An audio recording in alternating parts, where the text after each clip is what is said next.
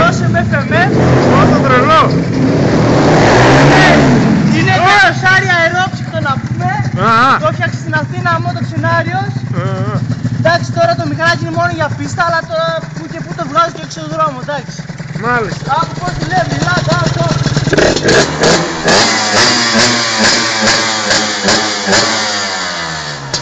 Πριώνει.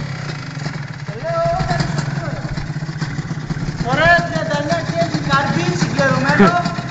Ωραία 62 χιλιοστά που στώνει βουσέκο.